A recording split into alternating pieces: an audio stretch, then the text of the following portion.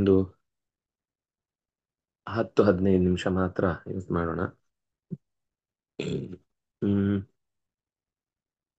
47 ಇದಾಯ್ತು. ಏನು ನೀನು ಸಾಮಾನ್ಯ ಕಪಿಗಳ ಹತ್ರ ಯುದ್ಧ ಮಾಡ್ತಾ ಇದ್ದೀಯ, ಆದ್ರೆ ನನ್ನೆದೆಗೆ ಆ ಪ್ರಾಸವನ್ನ ಎಸಿ ಅಂತ ಅಂಗದ ನರಾಂತಕನನ್ನು ದೇವಾಂತಕನನ್ನು ಆ ಆ, ಕೆಣಕಿದ. ರಾವಣನ ಕುಮಾರ ನರಾಂತಕ ಅತ್ಯಂತ ತೀವ್ರವಾಗಿ ಕಪಿಗಳನ್ನೆಲ್ಲ ಹಿಂಸೆಗೊಳಿಸಿದ. ಅವನು ಯಮನಂತೆ ಇದ್ದ ಅನ್ನೋದಕ್ಕೋಸ್ಕರ ಅವನಿಗೆ ನರಾಂತಕ ಅನ್ನೋ ಹೆಸರೇ ಸಾರ್ಥಕ ಆಯ್ತು ಅಂತ ಅನ್ನೋದನ್ನ ಹೇಳಿ, ಆಗ ಏನಾಯ್ತು ಅನ್ನೋದನ್ನ ಹೇಳ್ತಾ ಜ್ಯೋತಿಯವ್ರು ಹೇಳಿ. ಅಂಗದೋರಸಿ ಸಪ್ರಾಸಃ ಅಂಗದೋರಸಿ ಅಂಗದೋರಸಿ ಸ ಪ್ರಾಸಃ ಅಂಗದೋರಸಿ ಸ ಪ್ರಾಸಃ ಪಾತಿತಃ ಖಂಡಿತೋಪತತ್ ಪಾತಿತ ಖಂಡಿತೋಪತತ್ ಪಾತಿತ ಖಂಡಿತೋಪತತ್ ತಾರೇಯಸ್ತರಸಾ ತಸ್ಯ ತಾರೇಯಸ್ಯ ತಾರೇಯಸ್ತರಸಾ ತಸ್ಯ ತಾರೇಯಸ್ತರಸಾ ತಸ್ಯ ತಳೇನಾಶ್ವಮತಾಡಯತ್ ತಳೇನಾಶ್ವಮತಾಡಯತ್ ತಳೇನಾಶ್ವಮತಾಡಯತ್ ಹ್ಮ್ ಆ ಸಪ್ರಾಸಃ ಅವನು ಎಸೆದ ನರಾಂತಕ ಎಸೆದಂತಹ ಈಟಿಯಂತ ತುದಿಚೂಪಾಗುಳ್ಳಂತಹ ಉದ್ದನೆಯ ದಂಡದ ಆಕಾರದ ಶಸ್ತ್ರವು ಅಂಗದನ ಎದೆಯತ್ತ ನುಗ್ಗಿ ಅಂಗದನ ಎದೆಯನ್ನ ತಾಕಿತು. ಆದ್ರೆ ಏನಾಯ್ತು ಅಂದ್ರೆ ಪಾತಿತಃ ಪ್ರಾಸಃ ಖಂಡಿತಃ ಅಪತತ್. ಆನೆ ಮೇಲೆ ಒಂದು ಮಣ್ಣಿನ ಹೆಂಟೆ ಎಸೆದ್ರೆ ಹೇಗೆ ಅದು ಪುಡಿಯಾಗಿ ಬಿದ್ದು ಹೋಗುತ್ತೋ ಹಾಗೆ ಅಂಗದನ ಎದೆಗೆ ಬಿದ್ದ ಆ ಪ್ರಾಸ ಖಂಡಿತಃ ತುಂಡು ತುಂಡಾಯ್ತು.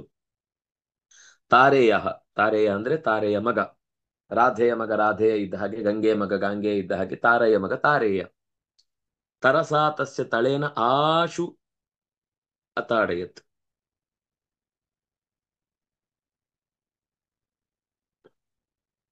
ಕೂಡ್ಲೆ ತಳೇನ ಆಶು ಹ್ಮ್ ಅಂಗೈಯಿಂದ ಅವನಿಗೆ ಜೋರಾಗಿ ಹೊಡೆದ. ಅವನ ಕುದುರೆಯನ್ನ ಹೊಡೆದ. ಅವನನ್ನಲ್ಲ, ತಳೇನ ಅಶ್ವಂ ಅತಾಡಯತ್. ತಳದಿಂದ ಅವನ ಕುದುರೆಗೆ ಜೋರಾಗಿ ಬಡಿದ. ಅವನ ರಥದಲ್ಲಿದ್ದ ಈ ಕಪಿಗಳಿಗೆ ರಥ, ಆನೆ, ಕುದುರೆ ಇದೆಲ್ಲ ಏನಿಲ್ಲ. ಆದ್ರೆ ರಾಕ್ಷಸರೆಲ್ಲ ಅಂತಹದ್ದಕ್ಕೆ ಬೇಕಿರುವ ಸಿದ್ಧತೆ ಎಲ್ಲ ಮಾಡ್ಕೊಂಡಿದ್ರ ಅಂದಾಗೆ ಅವರು ಮಾಯಾ ರಾಕ್ಷಸರನ್ನೇ ಕುದುರೆಗಳನ್ನಾಗಿ, ಆನೆಗಳನ್ನಾಗಿ, ಅಥವಾ ಕುದುರೆ ಆನೆಗಳನ್ನೇ ಆ ಆ ಆ ರೂಪದಲ್ಲೇ ಇರುವಂತಹ ಶಕ್ತಿಗಳನ್ನ ಬಳಸಿಕೊಳ್ಳುವವರಾಗಿ ಯುದ್ಧಕ್ಕೆ ಸಿದ್ಧರಾಗಿದ್ರು. ಹಾಗೆ ತಾರೆಯ ತಕ್ಷಣವೇ ಅವನ ರಥದಲ್ಲಿದ್ದಂತಹ ಕುದುರೆಯನ್ನ ಜೋರಾಗಿ ಹೊಡೆದ. ತರಸ ಅಂದ್ರೆ ಕೂಡಲೇ, ತಕ್ಷಣ, ತಡ ಮಾಡದೆ ಅಂತರ್ಥ. ಅಂಗದ ಉರಸಿ, ಅಂಗದಸ್ಯ ಉರಹ ಅಂಗದೋರಹ ತಸ್ಮಿನ್ ಅಂಗದೋರಸಿ. ಅಂಗದನ ಎದೆಯತ್ತ ಎಸೆದ ಪ್ರಾಸ ತುಂಡರಿಸಿತು. ತಕ್ಷಣವೇ ಪ್ರತಿಯಾಗಿ ಅವನ ಕುದುರೆಯನ್ನ ತನ್ನ ಕೈಯ ಅಂಗೈಯಿಂದ ಅಪ್ಪಳಿಸಿದ. ಅಂಗದಸ್ಯ ಉರಹ, ಉರಹ ಅಂದ್ರೆ ಎದೆ ಅಂತ ಅರ್ಥ. ಉರಹ, ಉರಸಿ, ಉರಾಂಸಿ. ಉರಸಿ ಅಂದ್ರೆ ಎದೆಯಲ್ಲಿ. ಅಂಗದೋರಸಿ ಸಪ್ರಾಸಹ ಪತಿತಃ, ಅಂಗದನ ಎದೆಯ ಮೇಲೆ ಅದು ಬಿತ್ತು. ಬಿದ್ದದ್ದಷ್ಟೇ ಅಲ್ಲ, ಖಂಡಿತೋ ಅಪತತ್. ಸಹ ಪುಲ್ಲಿಂಗ ಪ್ರಥಮ ಏಕ, ಪ್ರಾಸಹ ಪುಲ್ಲಿಂಗ ಪ್ರಥಮ ಏಕ, ಪಾತಿತಃ ಪುಲ್ಲಿಂಗ ಪ್ರಥಮ ಏಕ, ಖಂಡಿತಃ ಪುಲ್ಲಿಂಗ ಪ್ರಥಮ ಏಕ, ಅಪತತ್. ಅಪತತ್ ಬಿತ್ತು ಅಂದ್ರೆ ಭೂತವನ್ನ ಹೇಳ್ತಾ ಇದೆ. ಭೂತ ಭೂತ ಕಾಲವನ್ನ ಹೇಳ್ತಾ ಇದೆ. ಅದರಿಂದಾಗಿ ಇದಕ್ಕೆ ಲಂಗ್ ಲಕಾರ ಅಂತ ಕರೀತಾರೆ. ಅಪತತ್, ಅಪತತಾಂ, ಅಪತನ್, ಅಪತಃ, ಅಪತತಂ, ಅಪತತ, ಅಪತಂ, ಅಪತಾವ, ಅಪತಾಮ ಅಂತ ರೂಪ ಆಗುತ್ತೆ. ಖಂಡಿತಃ ಅಪತತ್, ಖಂಡಿತೋಪತತ್ ಅಂತಾಯ್ತು. ಅಕಾರ ಅವುಗಳ ಮಧ್ಯದಲ್ಲಿ ಮರೆಯಾಯಿತು, ಅಂದ್ರೆ ಅದು ಪೂರ್ವ ರೂಪ ಸಂಧಿ ಅಂತ ಆಗುತ್ತೆ. ತಾರೇಯ ತರಸ, ತಾರೇಯಸ್ ತರಸ, ವಿಸರ್ಗದ ಪರದಲ್ಲಿ ತಕಾರ ಇದ್ದಾಗ ಸಕಾರ ಬಂದದ್ರಿಂದ ಸಕಾರಾದೇಶ ವಿಸರ್ಗ ಸಂಧಿ ಆಯಿತು. ತಾರೇಯ ಪುಲ್ಲಿಂಗ ಪ್ರಥಮ ಏಕ, ತರಸ ಅವ್ಯಯ, ತಸ್ಯ ಷಷ್ಠಿ ಏಕ, ತಳೇನ ತೃತೀಯ ಏಕ, ಅಶ್ವಂ ಅಶ್ವವನ್ನು ದ್ವಿತೀಯ ವಿಭಕ್ತಿ ಏಕವಚನ, ಅತಾಡಯತ್ ಹೊಡೆದನು, ಇದು ಮತ್ತೆ ಭೂತಕಾಲದ ಲಕಾರ. ಲಂಗ್ ಅನ್ನೋದಕ್ಕೆ ರೂಪ ಅತಾಡಯತ್, ತಡ ಆಘಾತೆ ಅಂತ ಧಾತು. ಅಪತತ್ ಅನ್ನೋದು ಪತಲ್ಗತವು. ಸ್ವಾತಿ ಅವ್ರು ಹೇಳ್ತೀರಾ?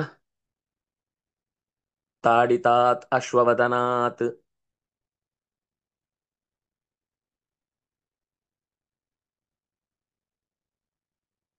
ಇಲ್ವಾ? ನವನಿಧಿ ಅವ್ರು ಹೇಳಿ.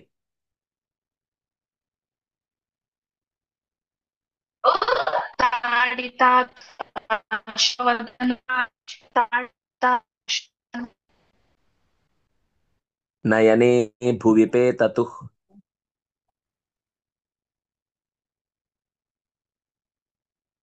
भुवि पेततु ತಾರಕೆ ಇವ ಮೇಘಾಗ್ರಾತ್. तारके इव मेघाग्रात् तारके इव मेघाग्रात् ಸಪಪಾತ ಮಮಾರಚ.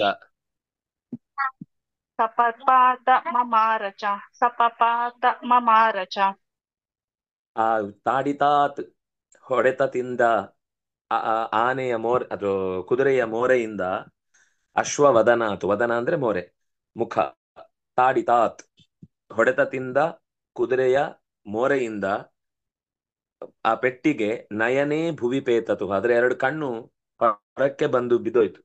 ಅಂದ್ರೆ ಅಷ್ಟು ಜೋರಾಗಿ ಪೆಟ್ಟು ಬಿದ್ದಿದೆ ನಯನದ ಕಣ್ಣಿನ ಗೋಲಗಳು, ಅದು ಜೋರಾಗಿ ಅದರ ತಲೆಯ ಭಾಗಕ್ಕೆ ಹೊಡೆದಿದ್ದಾನೆ.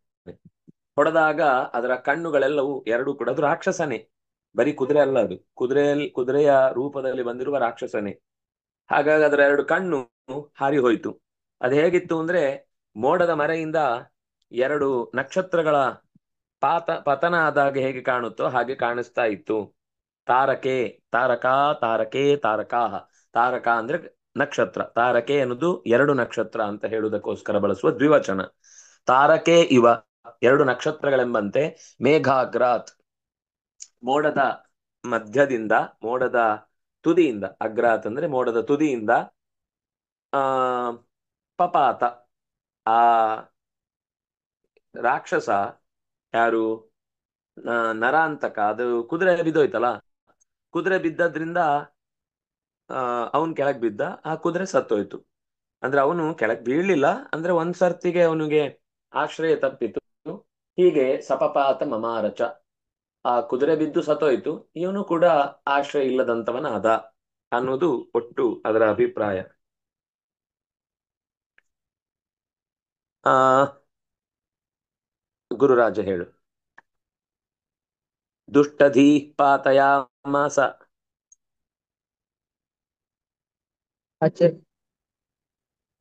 ದುಷ್ಟಧೀ ಪಾತಯಾಮಾಸ. दुष्टदीपातयामास दुष्टदीपातयामास ಮುಷ್ಟಿಮಂಗದ ಮೂರ್ಧ್ನಿ ಸಹ. मुष्टिमङ्गलमूर्तिसः मुष्टिमङ्गलमूर्तिसः ಮೂರ್ಛಿತಃ ಪ್ರಾಪ ಸಂಜ್ಞಾಂ ಸಹ. मूर्तितः प्राप संज्ञां स मूर्तितः प्राप संज्ञां स ಸರಕ್ತೋ ರುಧಿರಧಾರಯ.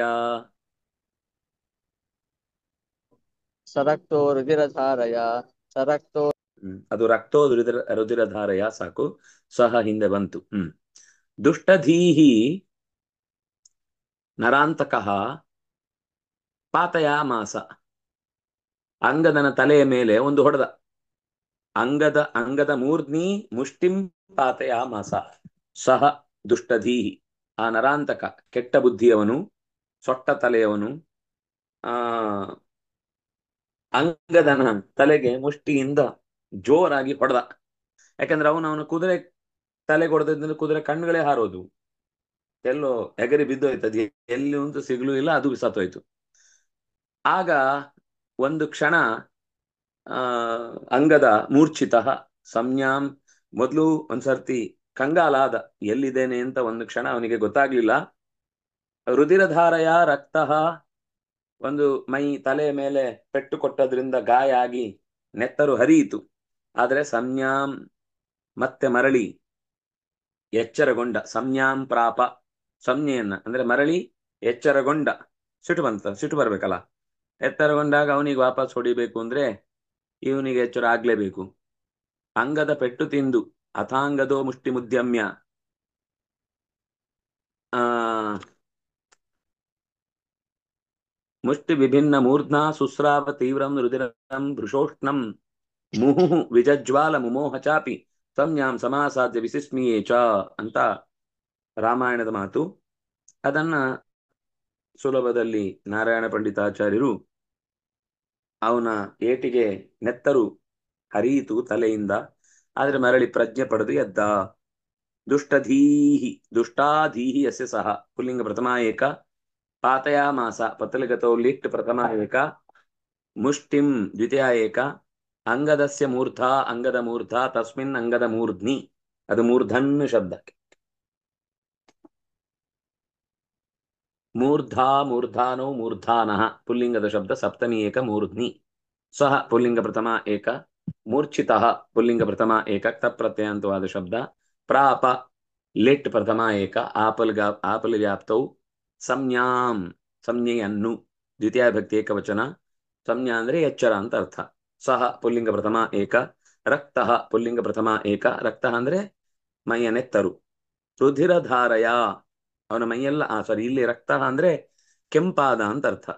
ರುಧಿರ ಅನ್ನೋದು ನೆತ್ತರು, ರುಧಿರಧಾರಯ ರಕ್ತ ಮೈಯೆಲ್ಲ ಕೆಂಪಾಯಿತು. ಅವನ ಮೈಗೆ ಅವನ ತಲೆಗೆ ಹೊಡೆದ ಏಟಿಗೆ ನೆತ್ತರು ತಲೆಯಿಂದ ಸುರಿದದ್ದು ಮೈಯೆಲ್ಲ ಕೆಂಪಾಗಿ ಅವ್ನು ನೋಡ್ಲಿಕ್ಕೆ ಕೆಂಪ ಕಂಡ. ಸಹ ರಕ್ತ ರುಧಿರಧಾರಯ ರುಧಿರಸ್ಯ ಧಾರಾ ರುಧಿರಧಾರ ತಯಾ ರುಧಿರಧಾರಯ.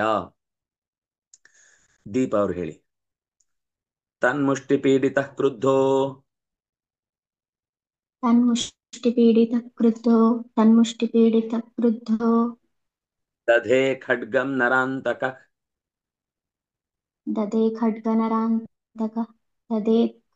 नरान्तक खड्गमाच्छिद्य तेनैनं खड्गमातिच्यते नेध्यम् अंगदो भंगमानयत् अंगदो भंगमानयत् ಅಂಗದವನ ಪೆಟ್ಟಿನಿಂದ ಸ್ವಲ್ಪ ಕೋಪಗೊಂಡಿದ್ದ. ತನ್ಮುಷ್ಟಿ ಪೀಡಿತ ಕ್ರುದ್ಧ ಅವನ ಪೆಟ್ಟಿಗೆ ಸಿಟ್ಟುಗೊಂಡಿದ್ದ.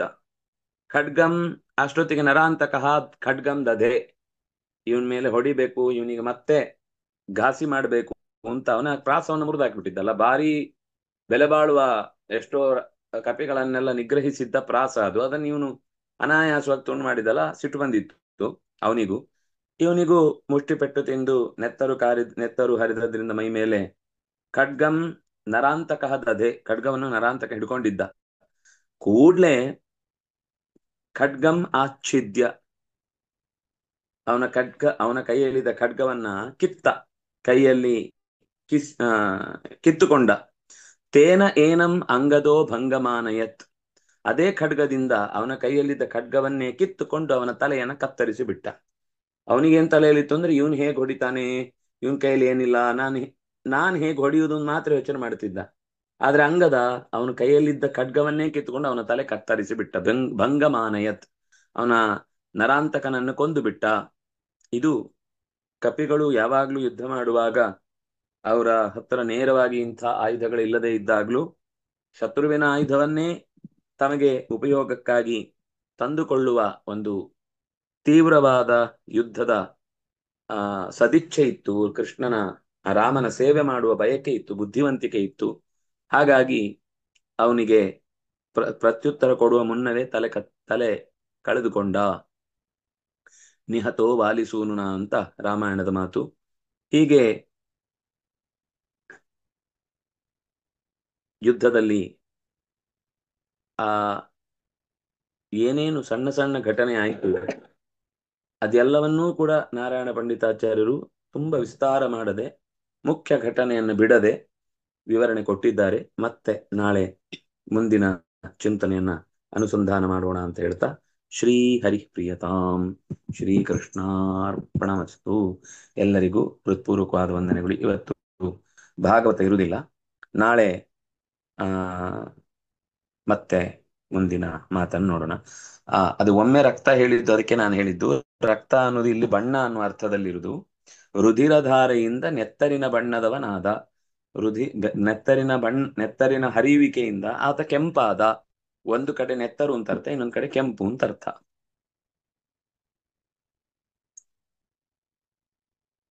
ಶ್ರೀ ಹರಿಪ್ರಿಯತಾಂ.